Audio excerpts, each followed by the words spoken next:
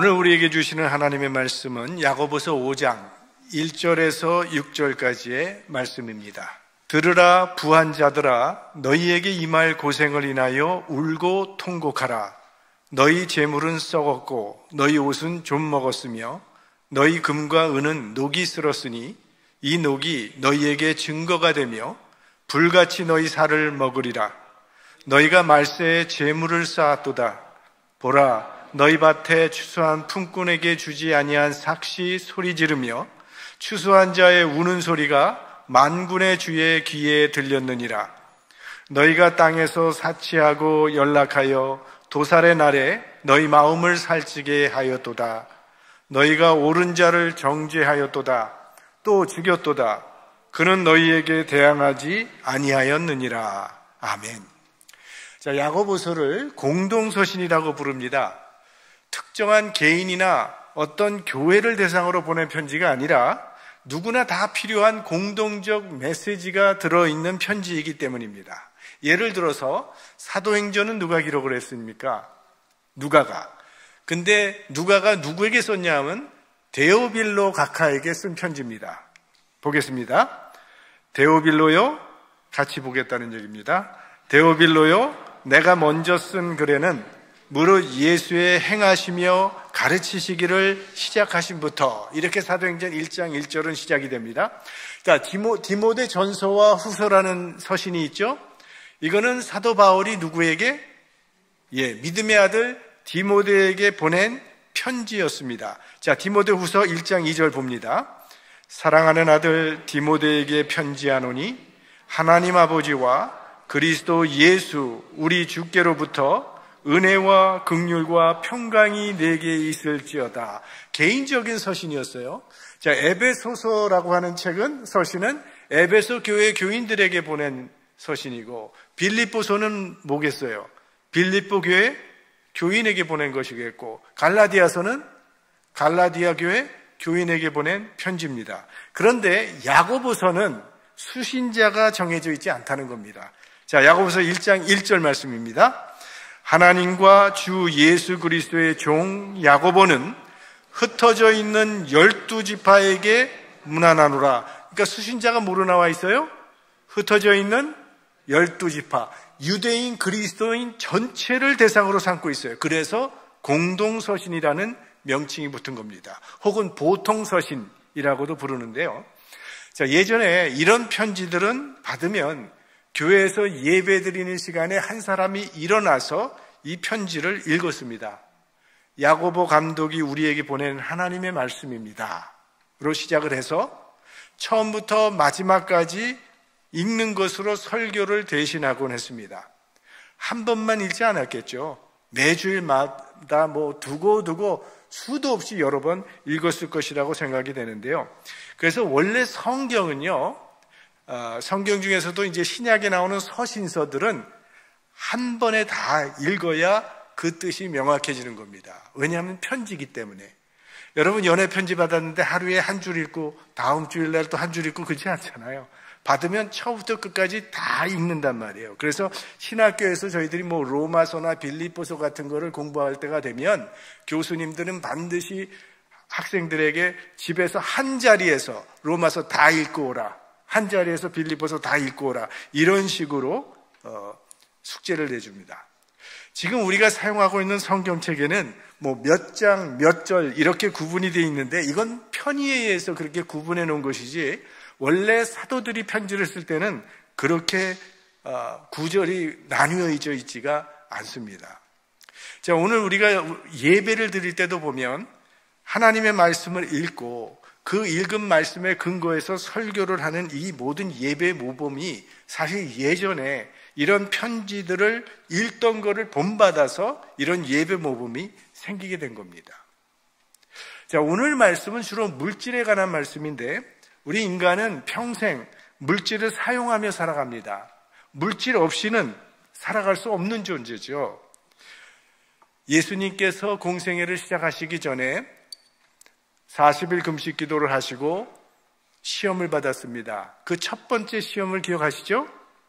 돌로 떡을 만들어 먹으라 했을 때 예수님의 대답이 이겁니다. 보겠습니다. 사람이 떡으로만 살 것이 아니요 하나님의 입으로 나오는 모든 말씀으로 살 것이라. 여기 중요한 거는요, 떡으로만입니다. 떡으로만. 그러니까 떡도 인정하셨다는 점이에요. 그러니까 우리 인간은 영혼이 있고 육신이 있기 때문에 영혼에는 영의 양식이 필요한 것처럼 육에는 육의 양식, 물질이 필요하도록 되어 있다는 거예요. 그래서 기독교는 물질을 절대로 죄악시하지 않습니다. 왜? 물질도 하나님께서 창조하신 것이기 때문에. 정신적인 것은 선한 것이고 육체적이고 물질적인 것은 악하다고 하는 그거는 헬라의 이원론 사상입니다. 기독교는 일원론입니다. 육체도 영혼도 하나님의 선한 창조물로 인정하는 거예요. 근데 우리 과거 한국 사회에서는 일하는 자는 천한 자고 일하지 않는 사람은 귀족이라고 하는 그런 사상이 지배했던 적이 있어요. 그래서 육체 노동은 천한 것으로 여겼고 모든 직업을 귀천의 가치로 차별을 했어요. 기억나시죠? 사농공상, 선비. 그러니까 정신 노동하는 사람이 가장 귀한 직책이고, 그 다음에 농부, 그 다음에 뭐 만드는 기술자, 그리고 장사꾼. 그러니까 못 살 수밖에 없었던 거죠. 장사하는 거는 제일 밑으로 봤으니까. 여러분, 유럽이나 이 미국을 포함해서요, 기독교가 들어간 나라 중에 못 사는 나라가 있나 보십시오. 기독교가 들어간 나라는 거의 다 잘 삽니다. 다 선진국이 됐어요. 왜 그런가 하면 기독교의 물질관은 굉장히 긍정적이기 때문이에요. 그래서 지금도 후진국일수록 이 육체 노동은 천한 것으로 생각하고 정신 노동만을 귀하게 생각하는 게 그 후진국입니다, 사실은. 선진국에는 그런 귀천의 차별이 없는 거예요. 자, 그런데 이 모든 물질을 대표하는 것이 이 돈이라고 하는 제도죠. 그러니까 돈은 우리가 필요한 것을 살 수 있도록, 소유할 수 있도록 해주는 아주 편리한 제도입니다. 그래서 돈에는 큰 힘이 있는 거죠. 돈이 얼마나 큰 힘을 가지고 있는지는 예수님께서도 인정하셨어요. 자, 마태복음 6장 24절 말씀. 한 사람이 두 주인을 섬기지 못할 것이니 혹 이를 미워하며 저를 사랑하거나 혹 이를 중히 여기며 저를 경히 여김이라. 너희가 하나님과 재물을 겸하여 섬기지 못하느니라. 이 세상에는 두 주인이 있을 수 있다는 거예요. 그런데 하나는 하나님이고 또 하나는 뭐라고 합니까? 재물이라고 하잖아요. 그만큼 물질이라는 것이 큰 힘을 갖고 있다는 거예요. 특별히 이 자본주의 사회에서 살고 있는 우리들에게는 이 물질은 굉장히 높은 자리에 올라와 있어요. 거의 우상으로 군림하고 있다고요. 그러니까 거의 물질 만능주의 사회라고 말을 하잖아요. 돈이면 안 되는 게 없다고 그렇게 말을 하는데, 그러나 돈으로 안 되는 문제가 얼마든지 있죠. 죄 사함의 문제를 어떻게 돈으로 해결하겠어요? 구원을 어떻게 돈으로 해결하겠어요? 돈으로 살 수 없는 것들이라는 것을 이제 피터 라이브스라고 하는 사람이 몇 가지로 기록을 했는데, 다는 말고 조금만 읽어드릴게요. 돈으로 사람을 살 수는 있어도 그 사람의 마음을 살 수는 없다. 돈으로 호화로운 집을 살 수는 있어도 행복한 가정을 살 수 없다. 돈으로 최고로 좋은 침대는 살 수 있어도 최상의 달콤한 잠은 살 수 없다. 돈으로 시계는 살 수 있어도 흐르는 시간은 살 수 없다. 돈으로 책은 살 수 있어도 삶의 지혜는 살 수 없다. 돈으로 지위는 살 수 있어도 가슴에서 우러나오는 존경을 살 수는 없다. 뭐 이런 이야기들이 쭉 나와 있죠. 그러니까 돈은 우리 일상생활에 반드시 필요한 것이고 편리한 수단이지만 어디까지나 수단은 수단이지 인생의 목적이 될 수 없다는 거예요. 그래서 성경에서는 무조건 부자를 정죄하지는 않습니다. 오늘 본문에 나오는 이 부자는 잘못된 방법으로 재물을 모았고 잘못된 방법으로 부를 사용했기 때문에 이 부자가 등장하는 거예요. 그런 사람을 가리키는 거죠. 그러니까 어떻게 보면 이 재물이라고 하는 것이 인생의 목표가 되어버린 그런 사람, 물질주의자를 지금 경고하고 있는 겁니다. 그래서 본문은 이런 사람에게 주는 경고의 메시지인데요. 먼저는 물질을 얻는 방법에 대해서 경고를 하는 거예요. 자, 오늘 아까도 말씀드렸지만 성경은 부자가 되는 것이 잘못되었다고 말하지 않습니다. 특별히 구약에는 부를 하나님의 또 축복으로 간주했으니까. 아브라함 부자였거든요. 요셉은 엄청나게 부자였고요. 아리마대 요셉, 니고데모, 이 사람들 다 부자입니다.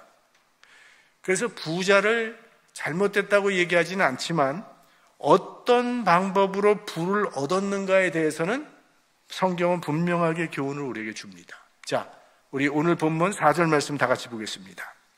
보라, 너희 밭에 추수한 품꾼에게 주지 아니한 삭시 소리 지르며 추수한 자의 우는 소리가 만군의 주의 귀에 들렸느니라. 자, 우리가 부를 어떤 목적으로 삼고 살아가다 보면 부를 얻는 과정에서 불의가 발생하기가 쉽지 않겠습니까?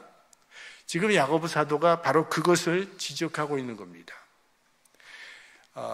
이스라엘 백성이 출애굽해서 가나안 땅에 들어가기 전에 하나님께서 모세를 통해서 우리 이스라엘 민족들에게 어떻게 살아가라고 하는 그런 여러 가지 말씀을 주셨는데 신명기 24장 14절과 15절에 이런 말씀이 나옵니다. 한번 같이 보겠어요.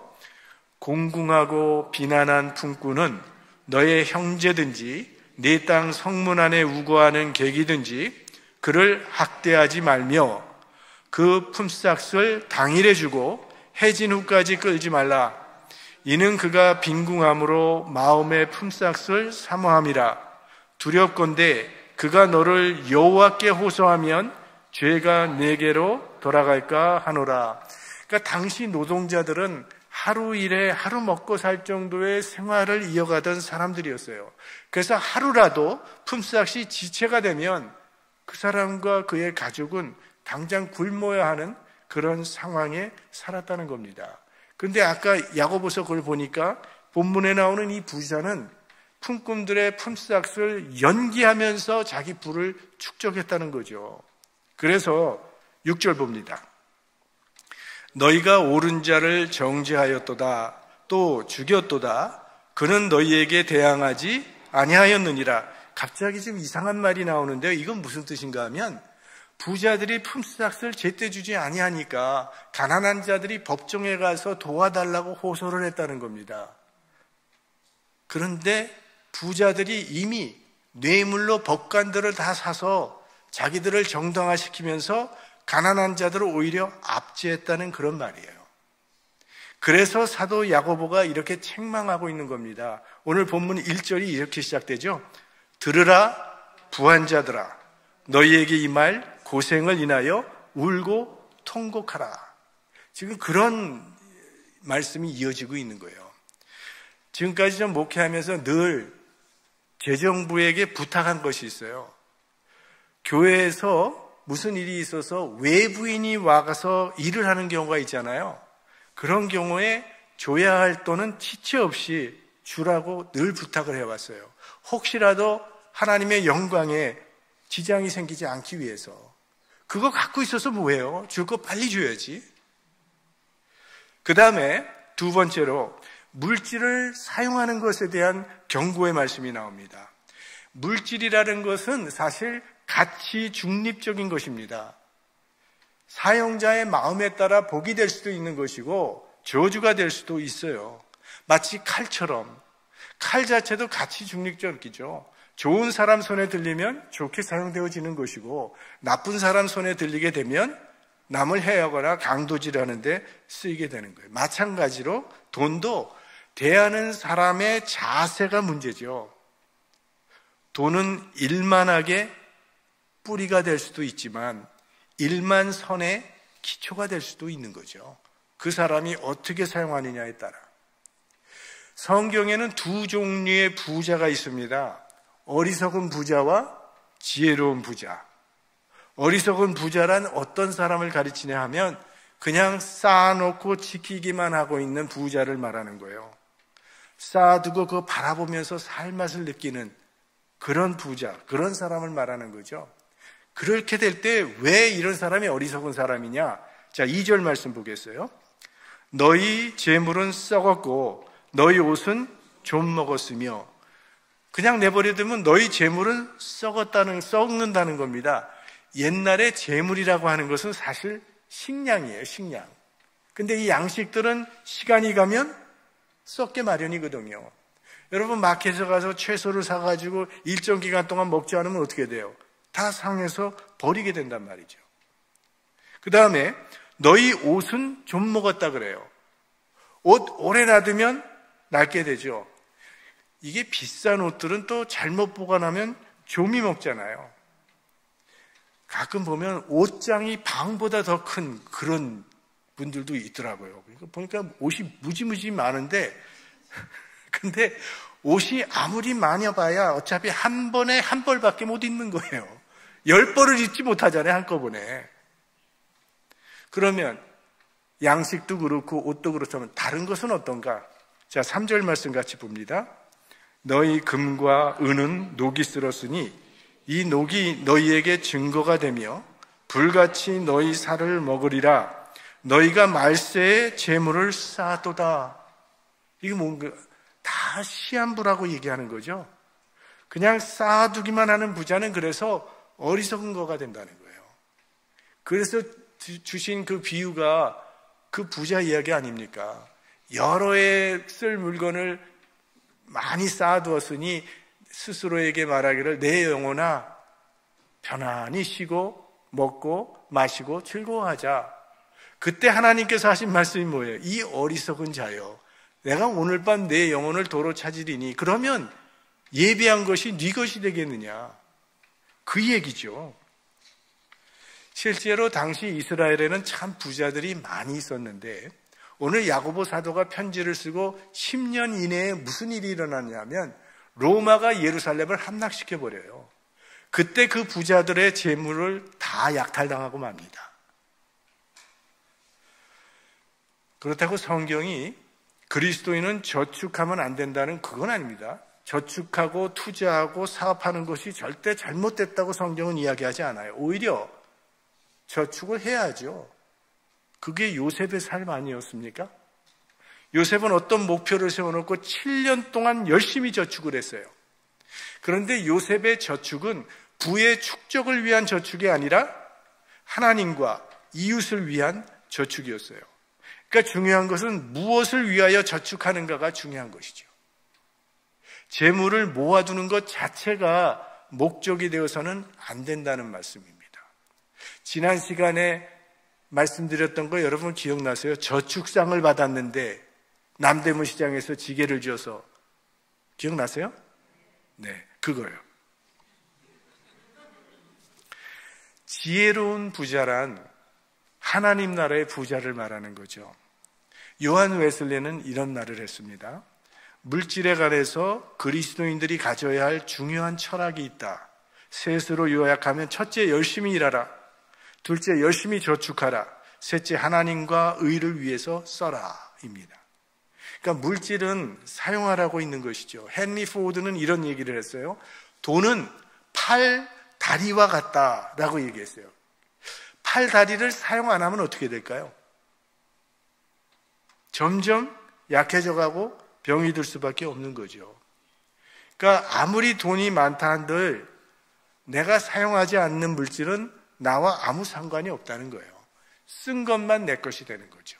이건 참 음식과 비슷하다고 생각을 해요. 음식도 먹어야 내 것이 되는 것이지 먹지 않으면 아무리 좋은 게 많이 있어도 내 것이 아니라는 거예요. 가끔 공동묘지에 가보면 정말 무덤을 어마어마하게 크게 잘 만들어 놓은 사람들이 있어요. 아마 그 사람들은 좀 돈이 많은 부자이겠죠. 보통 사람들은 그냥 무덤인데, 그런데 생각해 보면요, 큰 무덤에 묻힌 자가 더 억울하고 한이 많을 거예요. 아직 쓰지 못한 게 많은데 다 쓰지 못하고 그냥 무덤 하나 커다랗게 했으니까 이게 얼마나 억울하겠어요. 무덤 작은 사람은 별로 한이 없을 것 같아요. 가장 불쌍한 사람은 많이 쌓아두고 먹지도 못하고 쓰지도 못하고 그냥 그러다가 죽는 사람. 이게 가장 불쌍한 사람이에요. 살았을 때 잘 써야지 죽어서 못 쓰게 되니까 주는 거는요, 그건 안 주는 것보다는 낫겠지만 그리 잘 쓰는 것은 아닙니다. 내가 쓸 수 있을 때 좋은 일에 잘 제대로 쓰는 것이 그게 현명한 거고 그게 지혜예요. 이런 우화가 있어요. 돼지가 젖소에게 투덜거렸대요. 내가 살아서는 이렇게 많이 먹어서 살이 찌긴 하지만 죽어서는 내가 그래도 내 고기와 내 뼈를 고스란히 주인에게 다 바치는데 왜 자꾸 돼지는 먹고 놀기만 한다고 하는지 모르겠어. 그랬더니 젖소가 나는 살아서도 주인한테 우유를 주고 죽어서도 고기와 뼈와 가죽을 고스란히 바치니까 그런 거지. 넌 죽어서 쓸데없어서 내어주니까 그렇지 라는 얘기를 했다는 거예요. 저는 제 어머님한테 늘 드린 말씀이 있어요. 어머니 절대로 남기지 말고 살아계실 때 다 쓰고 가세요. 그 말씀 많이 드렸어요. 어디다 쓰겠습니까? 우리 어머니가 쓴다면 교회, 하나님의 나라를 위해서 쓰겠죠. 하나님께 드리려면 내가 드릴 수 있을 때 자원해서 드리는 것이 더 의미 있는 일이 된다는 거예요. 자, 물질 생활에는 왜냐하면 심판이 따르기 때문입니다. 5절 말씀 보겠습니다. 너희가 땅에서 사치하고 연락하여 도살의 날에 너희 마음을 살찌게 하였도다. 여기 보면 심판의 날을 도살의 날이라고 이렇게 표현하고 있습니다. 자, 돼지나 소를 잡는 그 도살장을 한번 생각해 보세요. 한 꼬마가 이렇게 보니까 어떤 아저씨가 돼지를 끌고 도살장으로 가는데요. 그 많은 돼지들이 그 아저씨를 너무너무 잘 따라가더래요. 그래서 어떻게 저렇게 돼지를 잘 몰고 가나 해서 가서 보니까 그 아저씨가 돼지 앞에 콩을 떨어뜨려 주는 거예요. 그러니까 그 돼지는 그 콩을 열심히 먹는 재미가 나서 도살장까지 열심히 따라왔던 거죠. 돈 모으는 재미에 정신없이 살다 보니까 인생의 마지막에 어느 날 오더라는 거죠. 그럼 성서적인 물질가는 뭔가? 성서적인 물질가는요, 우리는 물질의 청직이라고 하는 것이 성서적인 물질관입니다. 즉, 주인의 것을 맡아서 관리하는 사람이라는 거예요. 성경은 철저하게 강조하는 게 내 것이 아니라는 것을 강조합니다. 이거는 하나님의 것을 우리에게 맡겨주신 것이기 때문에 주인의 뜻대로 사용하야지 내 뜻대로 내 마음대로 사용해서는 안 된다는 겁니다. 사실은 그게 물질만은 아니죠. 우리 건강도 하나님께서 주신 것이고 시간도 하나님이 주신 것이고 재능도 마찬가지고 우리 인생이 사실은 하나님께서 우리에게 맡겨주신 청직이기 때문에 이 모든 것을 주인의 뜻과 주인의 목적에 맞게 사용할 책임이 내게 있는 겁니다. 그게 청직이에요. 요한 웨슬리는 또 이렇게 말했습니다. 요한 웨슬리가 물질에 대해서 많이 얘기를 했는데요. 그의 신앙이 얼마만큼 성장하고 있는가 하는 것은 그가 물질을 어떻게 사용하고 있느냐 하는 것과 비례한다. 그러니까 물질 사용하는 것을 보면 그 사람의 신앙을 가늠할 수 있다는 거예요. 여러분의 뱅크 스테이트먼트를 한번 쫙 보면 그 사람의 신앙이 거기 나타난다는 거죠. 그러니까 아무리 많은 일을 한다고 해도요, 이 물질의 삶이 하나님 앞에서 바로 서지 못하면 신앙생활은 끊임없는 시험거리가 되고 신앙의 성장 동안 이루어지지 않는다는 겁니다. 그만큼 물질이 중요해요. 왜? 요한 웨슬레가 또 이렇게 얘기를 했어요. 나는 주머니가 회개하지 않는 자의 회개를 믿을 수 없다. 그러니까 주머니의 주인이 진정 내 인생의 주인이 된다는 거죠. 돈이 내 주인이 될 수 있다는 그런 얘기잖아요. 여러분, 삭개오를 생각해 보십시오. 삭개오는 돈에 올인한 사람이에요. 민족의 반역자라도 좋다. 난 돈만 있으면 된다고 생각했던 사람이 삭개오거든요. 근데 그 삭개오가 어느 날 예수 그리스도를 만나더니 어떻게 변해요? 내 소유의 절반을 가난한 자에게 주겠고 혹시 내가 누구 걸 속여서 빼앗은 것이 있다면 4배로 갚겠나이다. 주인이 바뀐 거죠. 그동안 삭개오의 주인은 돈이었어요. 근데 이제 주인이 예수 그리스도가 되니까 물질관이 달라져 버린 거예요. 이 물질에 대한 기독교의 입장 몇 가지를 소개하면, 첫째, 물질은 목적이 아닙니다. 돈은 수단이지 목적이 될 수 없어요. 물질은 우리가 살아가는데 필요한 수단입니다. 결코 그것을 목적으로 삼아서는 안 되는 거예요. 우리가 왜 밥을 먹죠? 건강하고 에너지를 얻어서 일을 하기 위해서 먹는 거지, 밥을 먹기 위해 사는 사람은 없잖아요. 그 다음에 물질은 악한 것이 아닙니다. 물질은 하나님께서 창조하신 것이므로 하나님께서 주신 건 무엇이든지 감사로 받으면 다 선한 것이 되는 거예요. 세 번째, 물질은 삶의 중심이 아닙니다. 물질은 협조자지 우리 인생의 중심이 될 수는 없다는 거예요. 네 번째로, 물질은 주인이 아닙니다. 즉 물질의 노예가 돼서는 안 된다는 거예요. 물질은 우리가 지배해야 될 대상이지 우리가 예배해야 할 대상이 아니라는 거예요. 우리는 이 세상을 살아가면서 네 가지 관계 속에서 살아가게 됩니다. 도표를 한번 해봤는데요. 우리는 이 세상을 살아가면서 하나님과의 관계, 또 아래로는 물질과의 관계, 옆으로는 이웃과의 관계, 그리고 자신과의, 이 네 가지의 관계성 속에서 살아가는데, 하나님과의 관계는 예배로 우리가 맺어가는 거예요. 그리고 물질과의 관계는 선용하는 겁니다. 좋은 일에 쓰는 거예요. 나와 이웃과의 관계는 뭘로 맺어갑니까? 사랑으로 맺어가는 거예요. 그리고 나와 자신과의 관계는 진실로 맺어가는 거죠. 이게 잘 이루어져야 정말 성숙한 그리스도인이 되는 거죠. 문제는 하나님과 물질과의 관계를 바꿔버리면 그게 죄예요. 물질을 예배하고 하나님을 이용하는 것이 바로 죄가 된다는 거죠. 그게 기복신앙이거든요. 복받기 위해서 하나님을 이용하는 거.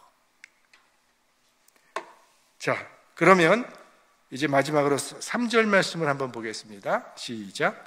너희 금과 은은 녹이 쓸었으니 이 녹이 너희에게 증거가 되며 불같이 너희 살을 먹으리라.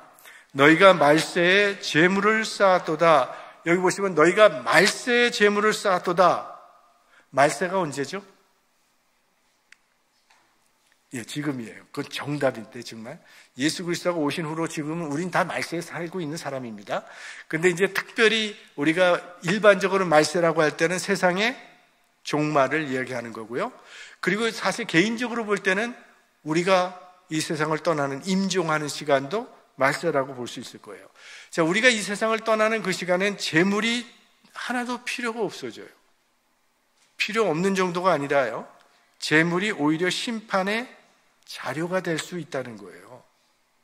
예수님께서 1달란트 받은 종을 책망하신 이유가 뭡니까?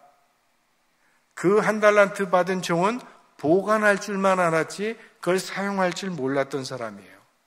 마지막 날에는 남긴 그것이 심판의 증거가 된다고 이야기하고 있잖아요. 이 녹이 너희에게 증거가 되며 라고 말하지 않습니까? 그러니까 우린 청직인데 맡겨주신 그것을 청지기답게 주님의 뜻을 따라 잘 사용하면 좋으련만 꼭 붙잡고 있다가 마지막 때가 돼서 너무 많이 남아있다면 그거는 주님으로부터 책망받게 된다는 그런 말씀이죠. 그렇다면 우리에게 주어진 물질을 우리는 하나님의 나라를 위해서 잘 사용해야 된다는 거예요. 이런 말이 있죠. 붙들고 있으면 잃어버린다. 그러나 드리면 얻는다는 말씀이 있는데 그게 이런 뜻일 수 있죠.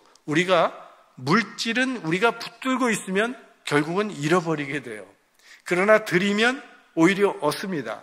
하나님의 나라와 의를 위하여 드리는 모든 것은 하나도 잃어버리는 것이 없어요. 왜?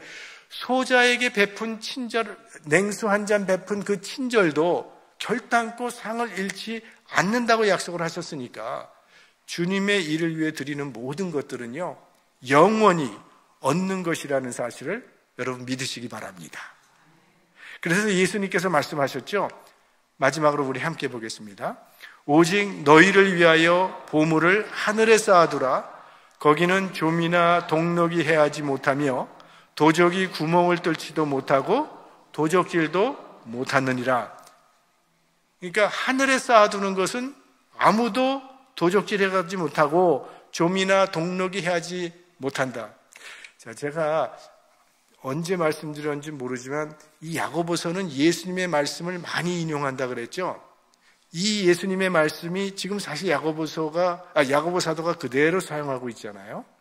그러니까 하늘에 쌓은 것은 절대로 개런티가 된다 그러니까 이 세상에서 가장 믿을 수 있는 은행은 제가 말씀드렸죠. JC뱅크라고. Jesus Christ Bank. 그 얘기에 있습니다. 하시잖아요. 우리 기독인들은 종말론적 인생관을 가지고 살아가야 합니다.